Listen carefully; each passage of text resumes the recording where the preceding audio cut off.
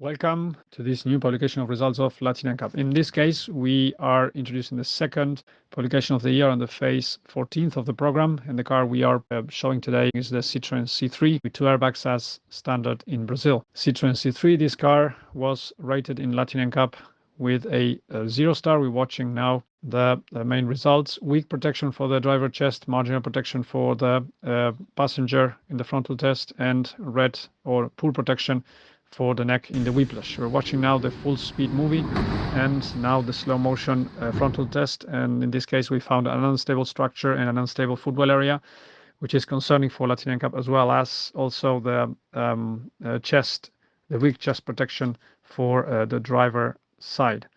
Also marginal for the passenger. It was also a concern that the marking for the ISOFIX connectors, it's not according to Latin NCAP requirements, which made the manufacturer lose quite a lot of points. In fact, dynamics of the child protection show a good performance, but the loss of points explain the low score for the child occupant protection. These things can be fixed clearly with previous planning and a little bit of fixing issues, and that can, we understand, improve the safety of the car. We are watching now the full speed side impact protection, and now the slow motion. This car does not have any side cortin airbags, not optional, not standard, not even optional, which is a concern at this stage of time. In this case, the car offered adequate protection to the head and the chest, really on the edge, and good protection for the pelvis and the abdomen, which is a lower impact position. Side impact for the child occupants was good. And when it comes to door opening, as you can see there in the rear door, there was a concern about the door opening risk and ejection risk as well, which was, as we say, on the edge of what is acceptable.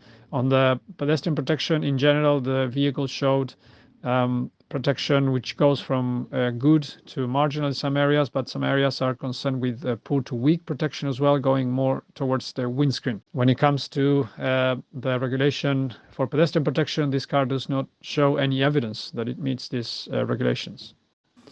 When it comes to whiplash protection, the protection to the neck in the rear impact was a poor protection, and that actually also made the car lose points. ESC performance is among the requirements. It stays into the requirements. We are watching now the robot test from the inside, but we would have liked to see a much more robust performance. When it comes to the MUS test, also the speeds were above the limits that Latin NCAP is proposing, and we're still looking, or we're expecting this car to perform better.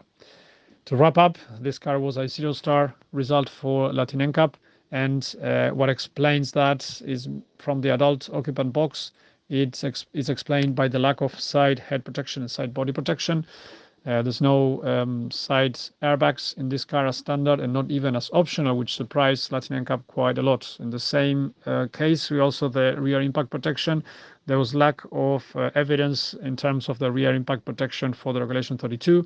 And when it comes to the whiplash protection, also was poor for this car.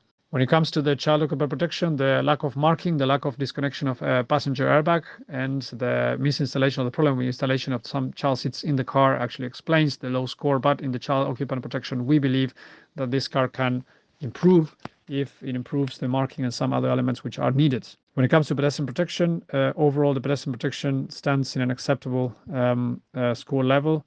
But the low score is explained because this car does not offer any kind of AB or autonomous emergency braking systems for pedestrians. And in fact, the car would not meet the basic requirements in order to score that system. And that explains the low performance in the pedestrian protection. When it comes to the safety assist box, in this case, we have a poor performance in the seatbelt reminders. This car does have a seatbelt reminder for the driver, but it doesn't meet the Latin NCAP basic requirements. That's why it scores 0. When it comes to the seatbelt reminder on the passenger side, it's missing, so it doesn't come in the basic version. And as far as we know, not in the others. When it comes to the rear seat, there's no seatbelt reminders in the rear seats either. ESC was the one actually that collaborated with the score in a better way, because all the other boxes, like for example the speed limitation device, which is missing in the car, it's also penalizing or deleting some of the potential points that this car could have scored when it comes to the the last box, which is a safety assist. A, B in the car is non-existent, not even as optional. And of course, it's a concern as the car doesn't meet basic passive safety requirements in order to be able to score A, B systems. Having said that, this is the second publication of results of Latin NCAP. And before we say goodbye, we would like to thank very much to Global NCAP Towards Zero Foundation, Bloomberg Philanthropies, and the FI Foundation for our continued support, and also ICRT and the IDB for the support from day one of Latin NCAP. So at this point, we would like to thank you all very much for your support and joining our publication. And we will soon communicate once again with you because we have more results coming up later in the year. Thank you very much. And until next time, bye-bye.